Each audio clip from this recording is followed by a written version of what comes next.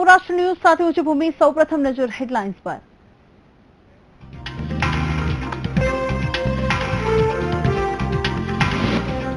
પ્રધાનમંત્રી નિવાસ અને સોમનાથ ટ્રસ્ટની બેઠક પૂર્ણ। આનંદીબહેન કેશુબાપા સહિત અનેક દિગ્ગજોએ પીએમ સાથે ટ્રસ્ટ અંગે કરી વાતચીત।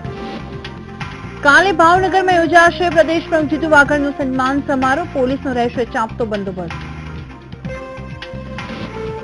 સુરતમાં સર્જાયેલા લઠ્ઠાકાંડ બાદ તંત્ર એલર્ટ, તો સીએમ રૂપાણીએ તપાસ માટે ઉચ્ચ સ્તરીય કમિટીની રચનાના આપ્યા આદેશ। હાર્દિકના પૂર્વ વકીલ માંગુકિયાએ જૂના કેસના ક્રાઇમ બ્રાન્ચ સમક્ષ આપ્યા જવાબ, તો ભાજપે પક્ષમાં જોડાવા માટે ધમકી આપ્યાનો લગાવ્યો આરોપ। પોરબંદરમાં ડેન્ગ્યુનો કેર, 4 દિવસમાં 4 કેસ પોઝિટિવ, તો બોટાદમાં દૂષિત પાણીના કારણે ફેલાયો રોગચાળો। અને ભુજમાં ખનીજ ચોરી કૌભાંડનો પર્દાફાશ, એલસીબી 18 લાખના મુદ્દા માલ સાથે 4 આરોપીઓની કરી ધરપકડ।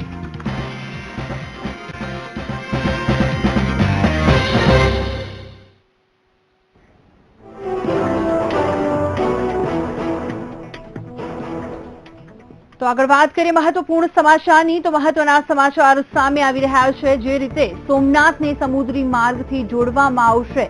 ઉલ્લેખનીય છે કે વર્ચ્યુઅલ મ્યુઝિયમ લેવાનો નિર્ણય લેવામાં આવ્યો છે। દીવ, દ્વારકા અને પોરબંદરને સમુદ્રી માર્ગથી જોડવામાં આવશે। ઉલ્લેખનીય છે કે પીપીપી મોડેલના આધારે આ નિર્ણય લેવામાં આવ્યો છે। દિલ્હીમાં સોમનાથ ટ્રસ્ટની બેઠક મળી હતી, તેમાં નિર્ણય લેવામાં આવ્યો છે। જે રીતે માહિતી પ્રાપ્ત થઈ રહી છે, એલકે અડવાણીની અધ્યક્ષતામાં બેઠક યોજાઈ। સોમનાથને સમુદ્રી માર્ગથી જોડવામાં આવશે। ઉલ્લેખનીય છે કે પીપીપી મોડેલના આધારે આ નિર્ણય લેવામાં આવ્યો છે। વર્ચ્યુઅલ મ્યુઝિયમ બનાવવામાં આવશે। દીવ, દ્વારકા અને પોરબંદરને સમુદ્રી માર્ગથી જોડવામાં આવશે। પીપીપી મોડેલના આધારે આ નિર્ણય લેવામાં આવ્યો છે। દિલ્હીમાં સોમનાથ ટ્રસ્ટની બેઠકમાં આ નિર્ણય લેવામાં આવ્યો છે। બેઠક પૂર્ણ થઈ ગઈ છે। એલકે અડવાણીની અધ્યક્ષતામાં બેઠક યોજવામાં આવી અને આ નિર્ણય લેવામાં આવ્યો છે।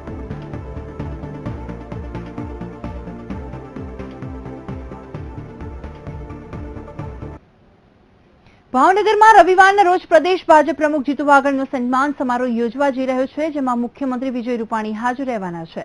ઉલ્લેખનીય છે કે સુરતમાં યોજાયેલા સન્માન સમારોહમાં પાટીદારોએ કરેલા વિરોધ પછી હવે ભાવનગરમાં પણ આ કાર્યક્રમ શાંતિથી પસાર થશે કે કેમ તેની ચિંતા આયોજક અને વહીવટી તંત્રને થવા લાગી છે, જેને લઈને તંત્રએ પણ સન્માન સમારોહના સ્થળે લોખંડી બંદોબસ્ત ગોઠવી દીધો છે।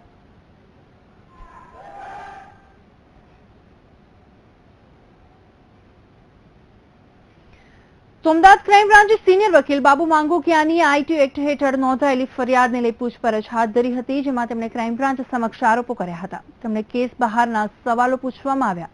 મહત્વનું છે કે વર્ષ 2014માં માંગુકિયા વિરુદ્ધ તેમના અસીલ નીતાબેન પટેલે અને તેમના પતિ દિનેશ પટેલે આઈટી ડેટા ચોરી કર્યા અંગેની ફરિયાદ દાખલ કરાવી હતી, જે સંદર્ભે આજ રોજ ક્રાઇમ બ્રાન્ચે તેમની પૂછપરછ હાથ ધરી હતી। જો કે આ તરફ માંગુકિયા દ્વારા કરવામાં આવેલા આક્ષેપોને વખોડતા ક્રાઇમ બ્રાન્ચે જણાવ્યું હતું કે તેમને કેસ બહારના કોઈ સવાલ પૂછવામાં આવ્યા નથી। ત્યારે આ મામલે માંગુકિયા અને ક્રાઇમ બ્રાન્ચ શું કરી રહ્યા છે, આવો જાણીએ। મને જે સવાલ તેને 2 કે 3 સવાલ પૂછ્યા કે તમે આ દિવસે કોર્ટ તમારી ઓફિસમાં હાજર હતા કે કેમ, અને આ બનાવ બન્યો ત્યારે એના જે ડોક્યુમેન્ટ રજૂ કર્યા એ કોને રજૂ કર્યા। તો ઓબ્વિયસલી હું જે કોર્ટમાં કેસમાં નીચેની કોર્ટમાં જાઉં તો ફક્ત કેસ ચલાવવાનો હોય ત્યારે જ જાઉં। પ્રોડક્શન સ્ટેજ ઉપર હું ક્યારેય કોઈ કોર્ટમાં હાજર જ ન હોઉં। એટલે આ જે કંઈ બન્યું છે મારી હાજરીમાં બન્યું નથી, મને ખબર નથી। કોને ડોક્યુમેન્ટ રજૂ કર્યા એ પણ કદાચ મને ખબર નથી।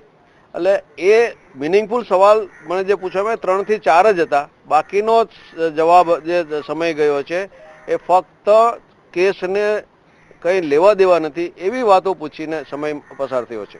સમગ્ર પૂછપરછ કેસને લગતી થયેલી છે। તેમાં સમગ્ર બનાવ કેવી રીતે બનેલો હતો તેમજ તેની અંદર તેમનો પોતાનો શું રોલ હતો એ બાબતે મુખ્યત્વે પ્રશ્નો કરવામાં આવેલા છે, અને આના સિવાય કોઈ પણ વધારાના પ્રશ્નો પૂછવામાં આવેલા નથી। અને કેસને આગળ કેવી રીતે ઇન્વેસ્ટિગેશન કરી શકાય અને એમાં કેવા પ્રશ્નો મદદરૂપ થઈ શકે તેવા પ્રશ્નો આની અંદર પૂછપરછ કરવામાં આવેલી છે। તો બાબુ માંગુકિયાએ મીડિયા સમક્ષ કેટલાક ચોંકાવનારા ખુલાસા કર્યા છે। તેમણે કહ્યું કે ભાજપ દ્વારા તેમને ધમકીઓ આપવામાં આવી રહી છે કે ભાજપમાં જોડાઓ નહીંતર પરિણામ ભોગવવા તૈયાર રહો। સાથે જ ભાજપના ઉચ્ચ કક્ષાના નેતાઓનું દબાણ કરી રહ્યાની ફરિયાદ માંગુકિયાએ કરી છે। મહત્વનું છે કે આઈટી એક્ટ હેઠળ નોંધાયેલા ગુનામાં ક્રાઇમ બ્રાન્ચે તેમને પૂછપરછ માટે સમન્સ પાઠવ્યું હતું। એક જાણીતી હોસ્પિટલના દિનેશ પટેલ અને તેમની પત્ની વચ્ચેના કેસમાં માંગુકિયા દ્વારા દિનેશ પટેલની આવકના પુરાવાની વિગતો તેમનો ઈમેલ આઈડી હેક કરી મેળવી હોવાનો આક્ષેપ માંગુકિયા વિરુદ્ધ થયો હતો. પ્રકારની ધમકીઓ મળી ચૂકી છે. છેલ્લા 4 દિવસ પહેલા જ ધમકી મળી હતી કે ભારતીય જનતા પક્ષમાં જોડાવ અથવા તમે વર્ષ માટે તૈયાર રહો. હું તૈયાર છું. શું ધમકીઓ મળી હતી? નામ અત્યારે જાહેર કરવા જેવા નથી. રૂબરૂમાં ધમકી મળી હતી કે ફોન? રૂબરૂ કે ધમકીમાં માણસો દ્વારા આવીને કહેવામાં આવે છે, મારા અંગત માણસો દ્વારા કરવામાં આવી રહ્યું છે. અને આ નવું નથી ભારતીય જનતા પક્ષ માટે. હું અનેક વખત મારી જાહેર સભામાં કહી ચૂક્યો છું. ધમકીઓનો પ્રકાર કેવો છે? જે બંને પ્રકારની છે કે ભારતીય જનતા પક્ષમાં જોઈન થાવ અથવા તો તમારા જાન માટે ખતરો છે. પલસાણામાં વરેલી ખાતેથી શંકાસ્પદ લઠ્ઠાકાંડ સામે આવ્યો. શંકાસ્પદ લઠ્ઠાકાંડમાં 6 દિવસમાં ટપોટપ 18 વ્યક્તિઓના મોતના પગલે ચકચાર મચી ગઈ અને તંત્રના અધિકારીઓ પણ દોડતા થઈ ગયા. આવો જોઈએ મોતનો લઠ્ઠાકાંડ.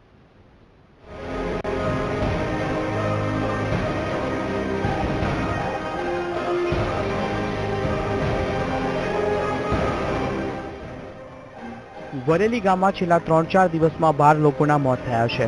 મૃતકમાંથી કોઈને શરૂઆતમાં આંખે દેખાવાનું બંધ થઈ ગયું હતું, તો કોઈ મૃતકને ઝાડા ઉલટીઓ શરૂ થઈ ગયા હતા, તો અમુક દારૂ પીને સૂઈ ગયા બાદ ઊંઘમાં જ મોતને ભેટ્યા હતા, તો બીજી તરફ અમુક દર્દીઓ બેભાન થઈ ગયા બાદ સારવાર દરમિયાન મોતને ભેટ્યા હતા.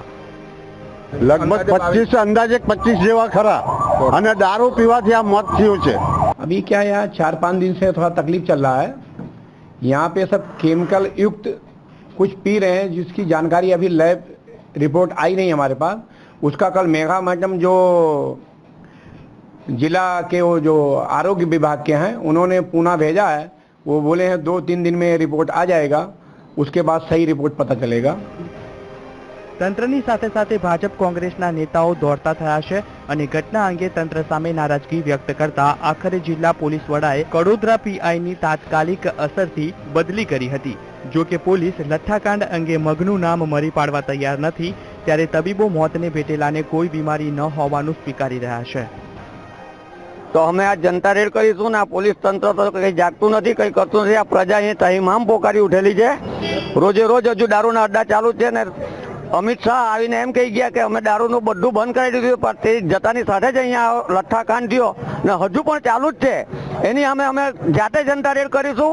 સરકાર કઈ નહીં કરે, પોલીસ કઈ નહીં કરે તો અમે જાતે કાયદો હાથમાં લઈશું. તપાસ અમે લોકો કઈ જગ્યાએ પીવાના આવ્યું છે, શું પીધું છે, કયો પદાર્થ લેવામાં આવ્યો છે, એ બધું ઉપર ગઈકાલે જાહેરાત પછી તાત્કાલિક ટીમો મોકલીને ચકાસણી કરવામાં આવ્યા છે. પણ પેરેલલી એફએસએલ અને એના રિપોર્ટ જે આવશે મેડિકલ હોસ્પિટલ્સના બધાના પોસ્ટમોર્ટમના બધા, એના આધારે ક્લિયર થશે કે એકચ્યુઅલી કયું સબસ્ટન્સ છે અને ક્યાંથી પીવામાં આવ્યું છે. એ બાબત પર આગળની કાર્યવાહી કરવામાં આવશે. વરેલીની ઘટનામાં પોલીસની ભૂલ છે. જો કે દારૂના કારણે ઘટના બની હોવાની શક્યતા છે, તો જવાબદારો સામે કાર્યવાહી કરવામાં આવે છે કે નહીં તે હવે જોવું રહ્યું. નરેન્દ્ર રાઠોડ સાથે વીટીવી ન્યૂઝ, સુરત. તો આ તરફ મુખ્યમંત્રી વિજય રૂપાણીએ લઠ્ઠાકાંડ મુદ્દે મહત્વપૂર્ણ નિર્ણય લીધો છે. લઠ્ઠાકાંડ મામલે સીએમએ ઉચ્ચ સ્તરીય તપાસના આદેશ આપ્યા છે, જે અંતર્ગત તપાસ કમિટી દ્વારા દોષિતો સામે કાયદેસરના પગલાં ભરાય તે અંગે આહવાન કર્યું છે. સીએમએ લઠ્ઠાકાંડ મુદ્દે આઈએએસ પારધીના અધ્યક્ષ સ્થાને તપાસ સમિતિ નિમી છે, જેમાં વી કુમારનો પણ સમાવેશ કરવામાં આવ્યો છે. એના માટે પણ કમિશનરને હું સૂચના આપીશ કે આ અંગેના પણ યોગ્ય પગલાં લેવાય. એના માટે પણ કમિશનરને હું સૂચના આપીશ કે આ અંગેના પણ યોગ્ય પગલાં લેવાય. એના માટે પણ કમિશનરને હું સૂચના આપીશ કે આ અંગેના પણ યોગ્ય પગલાં લેવાય. તો વરેલી ગામમાં થયેલા લઠ્ઠાકાંડ મામલે સુરત જિલ્લા આરોગ્ય અધિકારીએ જણાવ્યું હતું કે ગામમાં 34 ડોક્ટરની ટીમ મોકલી દેવાઈ છે અને ઘર ઘરનું સર્વે કરવાની કામગીરી શરૂ કરાઈ છે. જે લોકોના મોત થયા છે તેઓના પીએમ માટે એફએસએલમાં મોકલી અપાયા છે અને વધુ તપાસ માટે નમૂના પુણે ખાતે મોકલી દેવાયા છે. રોગચાળાના પગલે મોત થયા હોવાનું બહાર આવ્યું નથી, જેથી લઠ્ઠાકાંડથી મોત થયા હોવાનું સ્પષ્ટ થાય છે. મૃતકોના શરીરમાં ઝેરી દારૂનું પ્રમાણ હોવાનું બહાર આવ્યું છે. શરીરમાં મિથેનોલનું પ્રમાણ મળી આવ્યું છે. પોસ્ટમોર્ટમ રિપોર્ટમાં આ પ્રકારનો ખુલાસો થયો છે. ગામમાં જે 3 દિવસથી આપણે રોજ જોઈએ છે એ જોતા અમને લોકોને અને જિલ્લા વિકાસ અધિકારી સાહેબને એમ થાય છે કે એક જ દિવસમાં જો એક ઘરની મુલાકાત અમે લોકો કરી લઈએ તો કદાચ અમે લોકો વધારે સારી રીતે જાણી શકીએ. એ શુભ હેતુથી અમે લોકોએ બાકીના તાલુકામાંથી અમારા ડોક્ટરોને બોલાવીને ટોટલ 34 ડોક્ટરની ટીમ આજે ઉતારી છે મારા આરોગ્ય કર્મચારી જે છે એફએડબ્લ્યુ એમપીએડબ્લ્યુ કેડરના એવા મેં 80 કર્મચારીઓના જે ઉતાર્યા છે અને રાત સુધીમાં હાઉસ ટુ હાઉસ એક હાઉસમાં અમારો સર્વે થઈ જાય એવી અમારી તૈયારી છે. અને સમાચાર પર નજર કરીશું બ્રેક બાદ.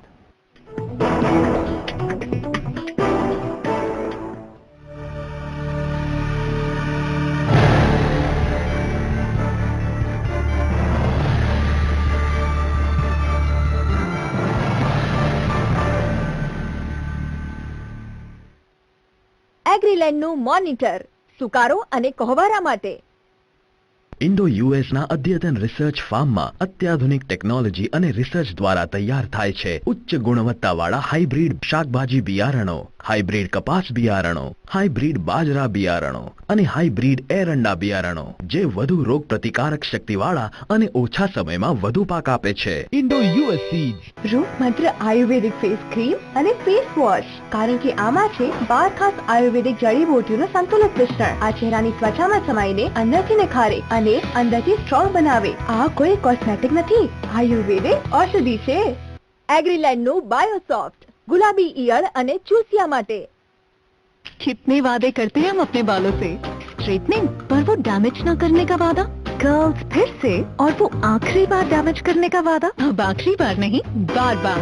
डव केराटिन एक्टिव युक्त बालों को अंदर से पोषण दे और दे unbeatable damage repair. Dove intense repair अब सिर्फ 56 रुपए में.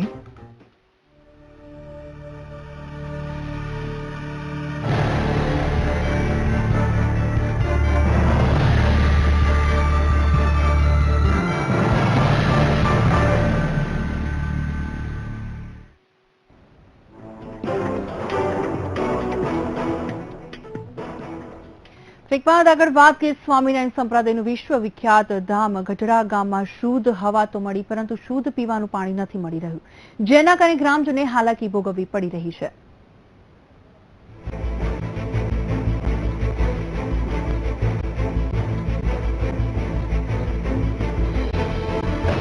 રોગચાળાની ફેલાઈ દહેશત, લોકો ગંદુ પાણી પીવા બન્યા મજબૂર. આવી પરેશાની ભોગવી રહ્યા છે ગઢડા ગામના લોકો. આપ જે દ્રશ્યો જોઈ રહ્યા છો તે ગટર કે કોઈ તળાવના નહીં, પરંતુ ગામને જે ટાંકામાંથી પીવાનું પાણી મળે છે તેના છે. દૂષિત પાણીના વોકડામાંથી પાણી કૂવામાં જાય છે. જી હા, આ ગામમાં વસતા લોકોને પીવાનું શુદ્ધ પાણી પણ નસીબમાં નથી, જેથી ગામમાં ઝાડા ઉલટીના કેસમાં વધારો થઈ રહ્યો છે અને ગ્રામજનોની તંત્ર સમક્ષ અનેકવાર રજૂઆતો કરવા છતાં પરિસ્થિતિ ઠેરની ઠેર છે. પાણીજન્ય રોગો છે એમાંનું પણ એક કારણ હોઈ શકે. બીજું, બહારના જે જંક ફૂડ ને બીજું ત્રીજું જે છોકરાઓ બધા ખાતા હોય છે એની અંદર લીધે પોતાનું પ્રતિકારક શક્તિ ગુમાવી બેઠા, એટલે શરદી ઉધરસ તાવના રોગનો એ લોકો ભોગ બને છે. આ માટે એની શારીરિક તંદુરસ્તી સાચવવા માટે એક તો પાણી છે એ સ્વચ્છ મળવું જરૂરી છે. ગામમાં તંત્રના અધિકારીઓ દ્વારા હંમેશા શુદ્ધ પાણીની વાતો કરવામાં આવે છે, જો કે પરિસ્થિતિ કંઈક અલગ જ છે, જેથી નગરજનોમાં રોષ જોવા મળી રહ્યો છે. તેમજ તંત્ર દ્વારા શુદ્ધ પાણી આપવામાં આવે તેવી લોકો માંગ કરી રહ્યા છે. ડોળું પાણી પીવાથી બીમાર પણ પડી શકે અને હું પણ બીમાર જ છું હાલમાં, અને બધા ગરીબ છે અને આ વારંવાર દવાખાનું આવે છે અને અમે ગરીબ છીએ અને 1000-2000 રૂપિયાની દવા થાય છે અને આ વારંવાર અમે નગરપાલિકામાં વાત કરી છે. ગામમાં દૂષિત પાણીના કારણે ગામમાંથી પાણીજન્ય રોગના કેસ પણ સામે આવ્યા છે. ત્યારે ગ્રામજનોની તકલીફ તંત્રના બહેરા કાને સંભળાય છે કે કેમ તે તો સમય આવે જ ખબર પડશે. રાજુ બારૈયા સાથે વીટીવી ન્યૂઝ, બોટાદ. તો પોરબંદરમાં દિવસે ને દિવસે ડેન્ગ્યુનો કહેર વધી રહ્યો છે. છેલ્લા 4 દિવસમાં 4 ડેન્ગ્યુના પોઝિટિવ કેસ પ્રકાશમાં આવ્યા છે. આથી આરોગ્ય વિભાગમાં પણ હરકતમાં આવી ગયું છે. ડેન્ગ્યુના જે 4 કેસ સામે આવ્યા છે તે તમામ બાળકોને સારવાર માટે સરકારી હોસ્પિટલ ખાતે ખસેડવામાં આવ્યા છે, જેમાં એક બાળકી હાલતમાં સુધારો જોવા મળતા તેને હોસ્પિટલમાંથી રજા આપવામાં આવી છે અને અન્ય 3ની ટ્રીટમેન્ટ ચાલી રહી છે. એટલે સોમવારથી તે શુક્રવાર સુધીમાં કુલ 4 શંકાસ્પદ કેસ આવ્યા હતા ડેન્ગ્યુ ફીવરના. એ બધાનું ટેસ્ટિંગ કર્યું છે તો આપણી હોસ્પિટલમાં જે ટેસ્ટ થાય છે એમાં 4 પોઝિટિવ આવ્યા છે અને એ 4 પીડિયાટ્રિક બાળકોના વોર્ડમાં દાખલ છે. અને પીડિયાટ્રિશિયન સાથે વાત કરતા એવું માલુમ પડેલ છે કે એ 4માંથી એકની તબિયત સારી હતી ને સ્થિર હતી, એને રજા આપેલ છે અને બાકીના 3 છે અત્યારે સેટલ છે. અત્યારે હાલની તકે કોઈ સિરિયસ નથી. વર્તમાનપત્રોમાં લોન માટેની જાહેરાતો આપી સાથે લોકોને છેતરપિંડી કરતા એક શખ્સને પોલીસે ઝડપી લીધો છે. વડોદરાના શખ્સે કુલ 11 લોકોને લાલચ આપી અને તેઓ પાસેથી રૂપિયા 1 લાખની છેતરપિંડી કરી હોવાનું પ્રકાશમાં આવ્યું છે. લોન માટે એડવાન્સ પેમેન્ટની માંગણી કરી દસ્તાવેજો ખૂટતા હોવાનું કહી લોકો પાસેથી નાણાં પડાવતા શખ્સને અંતે જેલના સળિયા પાછળ ધકેલી દેવામાં આવ્યો છે.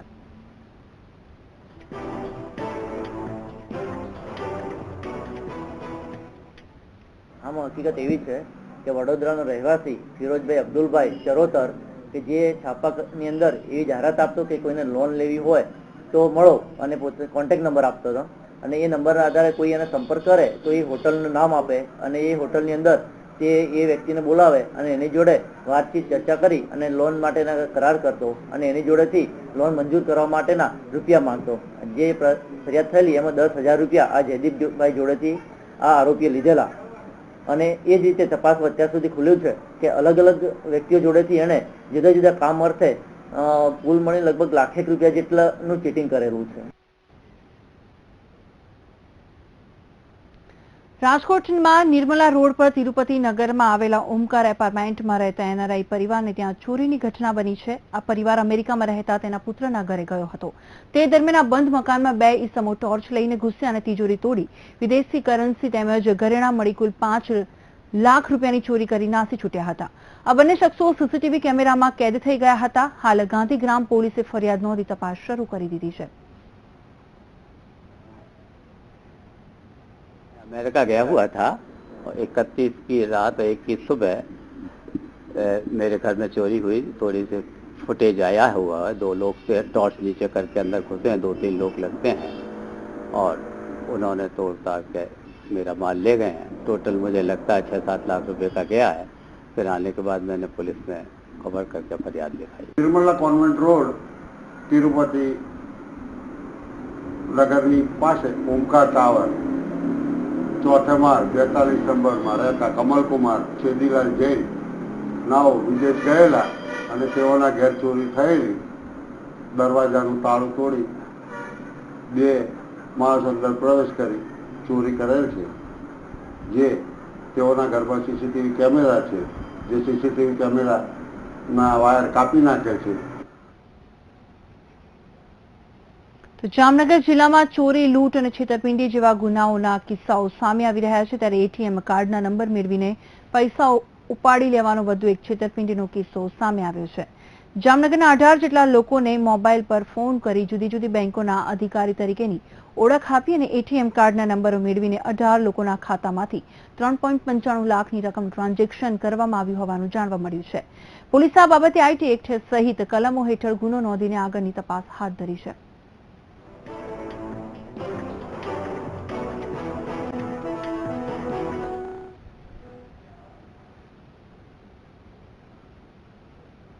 કચ્છના મુન્દ્રા પંથકમાંથી ખનીજ ચોરી અને રેતી ચોરીનું કૌભાંડ ઝડપાયું છે. ભુજ એલસીસી પોલીસે રૂપિયા 18 લાખના મુદ્દામાલ સાથે 4 આરોપીને ઝડપી પાડ્યા છે. ઉલ્લેખનીય છે કે આ આરોપીઓ મુન્દ્રાના મોટા કપાયા ગામ નજીક ભૂખી નદી ખાતે રેતી અને ખનીજ ચોરીનું કૌભાંડ આચરતા હતા.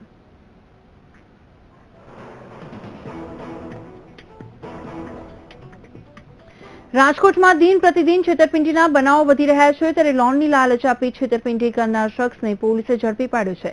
શહેરના એ ડિવિઝન પોલીસે છેતરપિંડી કરનાર આરોપીની ધરપકડ કરીને પૂછપરછ હાથ ધરી છે. મહત્વનું છે કે આરોપી લોનની લાલચ આપવાની ખોટી જાહેરાતો કરતો હતો અને લોકોને છેતરીને લાખો રૂપિયા છેતરપિંડી કરતો હતો.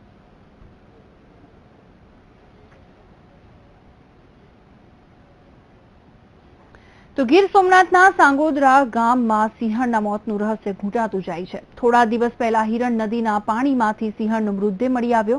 ત્યારે સિંહણના મોતને લઈને પીએમ રિપોર્ટમાં ચોંકાવનારો ઘટસ્ફોટ સામે આવ્યો છે.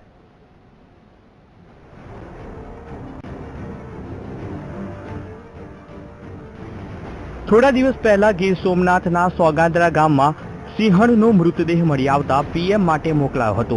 જેમાં ઘટસ્ફોટ થયો કે સિંહણનું મોત વીજ કરંટથી થયું છે. એટલું જ નહીં, પીએમ રિપોર્ટમાં એ પણ ખુલાસો થયો કે સિંહણના પેટમાં 2 સિંહ બાળ હતા જેનું પણ મોત થયું છે. જેને લઈને સિંહ પ્રેમીઓમાં ભારે રોષ જોવા મળી રહ્યો છે. આ બાબતે વન વિભાગ છે કડકમાં કાર્યવાહી કરી અને જે પણ લોકો આની અંદર સંડોવાયેલા હોય એની તપાસ કરે અને અંદર એરેસ્ટ કરીને પકડે, નહીં તો આવીને આવી ઉત્તરોત્તર ઘટના બનતી રહેશે અને આવા મૂંગા જીવો છે એ મોતના મુખમાં ધકેલા જશે. આમ એક સાથે 3 સિંહણના મોત નીપજતા વન વિભાગની ટીમ હત્યારાઓને શોધવા કામે લાગી છે. સિંહણની હત્યા બાદ હત્યારાઓએ વન વિભાગની ટીમને ઊંધા રસ્તે ચડાવવા માટે મૃતદેહને હિરણ નદીમાં ફેંકી દેવામાં આવ્યો છે. જો કે અત્યાર સુધી સિંહણના હત્યારાની વાડ ન મળતા વન વિભાગ ઊંધે માથે થયું છે. કૃત્ય કરનાર આરોપીઓએ વન વિભાગને ગુમરાહ કરવા માટે બનાવ સ્થળથી આ સાંગોદરા નદીના પાણીના પ્રવાહમાં આ વન્ય પ્રાણી મૃત સિંહણને નાખી આવેલ છે એવું અમારું પ્રાથમિક અનુમાન છે, જેથી કરીને અમારા વન વિભાગની અલગ અલગ ટીમો મૂળ ગુનેગાર સુધી પહોંચવા માટે હાલ કાર્યરત છે. જો કે અનેક વખત ગીર અને આસપાસના વિસ્તારોમાં વીજ કરંટના કારણે અનેક સિંહોના મોત થયા છે. ત્યારે વન વિભાગ દ્વારા હત્યારાઓ સામે કડક કાર્યવાહી કરવામાં આવે તેવી માંગ સિંહ પ્રેમીઓ દ્વારા કરવામાં આવી છે. ત્યારે જોવાનું એ રહે છે કે વન વિભાગની ટીમ હત્યારાઓને શોધવામાં કેટલી સફળ રહે છે. Bureau report, VTV news, Gir Somnath. અને સમાચાર પર નજર કરીશું બ્રેક બાદ.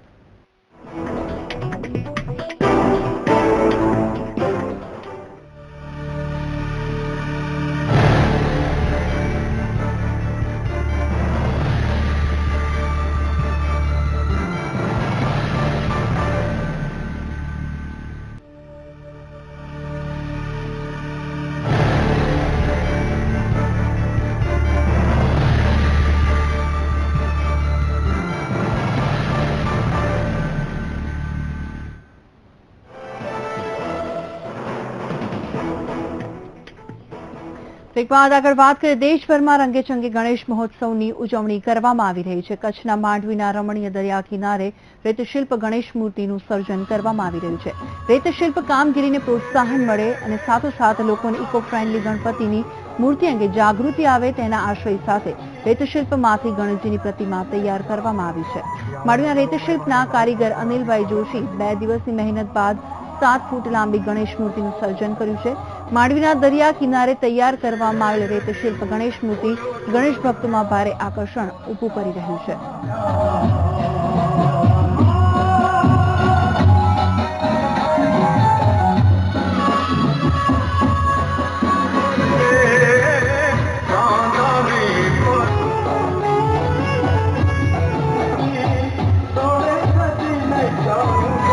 આવેલા સર્વ મહેમાનો ભાવિક ભક્તો હાર્દિક સ્વાગત છે.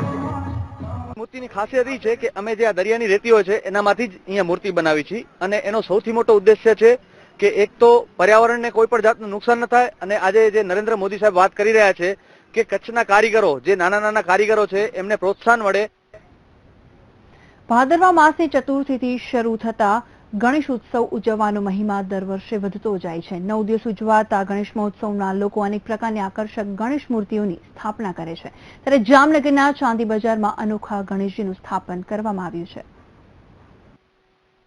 ઓમ ગણપતયે નમો નમઃ, શ્રી સિદ્ધિ વિનાયક નમો નમઃ, અષ્ટ વિનાયક નમો નમઃ, ગણપતિ બાપ્પા મોરયા. શહેરના ચાંદી બજારમાં છેલ્લા 20 વર્ષથી ગણેશજીની સ્થાપના કરવામાં આવે છે. દર વર્ષે કલકત્તાની ગંગા નદીમાંથી માટી લાવવામાં આવે છે અને એ માટીમાંથી ગણેશજીની મૂર્તિ બનાવવામાં આવે છે. ત્યારબાદ રંગબેરંગી કલરથી શણગારવામાં આવે છે. અહીંયા અમે ઇકો ફ્રેન્ડલી પહેલેથી જ ઇકો ફ્રેન્ડલી મૂર્તિ બનાવીએ છીએ. માટીની જ મૂર્તિ હોય છે. અહીંયા અમે જે ચાંદીનો વગેરે મૂષક મૂકેલો છે તેમાં દર્શન કરવા માટે ઘણા દૂર દૂરથી લોકો અહીંયા આવે છે. ચાંદી બજારમાં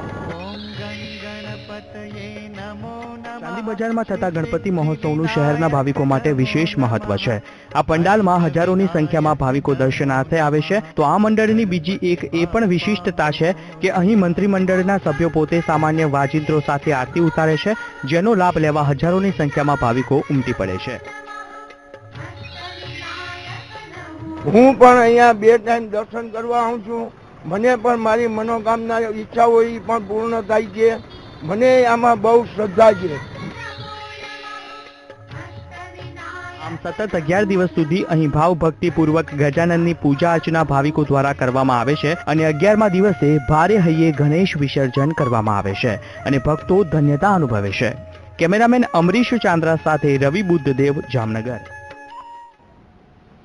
તો આ સાથે સમાચારમાં હાલ બસ આટલું. મને રજા આપશો. નમસ્કાર.